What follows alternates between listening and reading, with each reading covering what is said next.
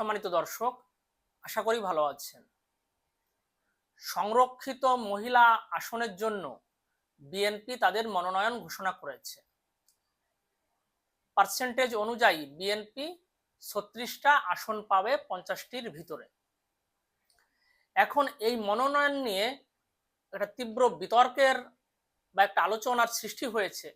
সেটা হলো গোপালগঞ্জের আওয়ামী লীগ নেত্রী ও গোপালগঞ্জের যে বড় মতুয়া সম্প্রদায়, তাদের নেত্রী সুবর্ণা ঠাকুরকে বিএনপি জাতীয় সংসদের সংরক্ষিত আসনের জন্য মনোনয়ন দিয়েছে। এখন প্রশ্ন হচ্ছে, একজন আওয়ামী লীগের নেত্রীকে কেন বিএনপি মনোনয়ন দিল? এ বিষয়ে যে যার মতো করে আলোচনা করছে। অনেকে বলছে এর পিছনে ভারত বা নরেন্দ্র মোদীর একটা যোগাযোগ রয়েছে, কানেকশন রয়েছে।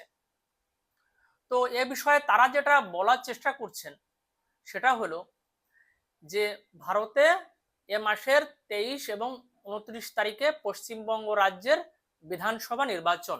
ভারতে মতুয়া সম্প্রদায়ের একটা বড় ভোট ব্যাংক রয়েছে, যাদের প্রায় সবারই আদি রুট বাংলাদেশের গোপালগঞ্জের ওড়াকান্দি। তো গতবার যখন পশ্চিমবঙ্গের বিধানসভা নির্বাচন হয়েছিল, তার আগে নরেন্দ্র মোদী বাংলাদেশ সফর করেছিলেন। বাংলাদেশের স্বাধীনতার 50 বছর উদযাপন উপলক্ষে বাংলাদেশ সরকার তাকে আমন্ত্রণ জানিয়েছিলেন এবং তিনি বাংলাদেশ সফরে আসেন।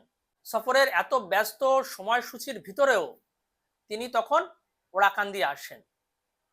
ওড়াকান্দি এসে তিনি মন্দির পরিদর্শন করেন, ওখানে কয়েক ঘন্টা সময় অতিবাহিত করেন।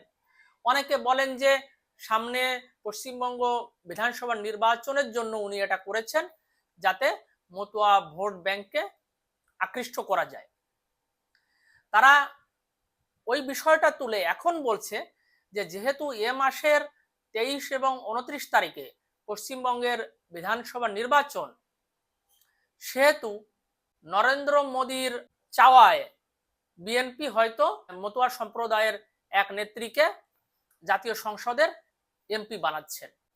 আর একটা মনোনয়ন নিয়ে একটু বিতর্ক হচ্ছে, সেটা হচ্ছে বাংলাদেশের সুপরিচিত তৃতীয় মাত্রার উপস্থাপক জিল্লুর রহমান, তার স্ত্রীকেও বিএনপি মনোনয়ন দিয়েছে। এখন জিল্লুর রহমান তৃতীয় মাত্রার উপস্থাপনা করেন, তার নিজস্ব একটা ইউটিউব চ্যানেলও রয়েছে যেখানে বিভিন্ন পডকাস্ট বা এপিসোড তিনি করেন। তো সেখানে তিনি কিন্তু বারবার বলেছেন যে আমি কোনো রাজনৈতিক দল করি না।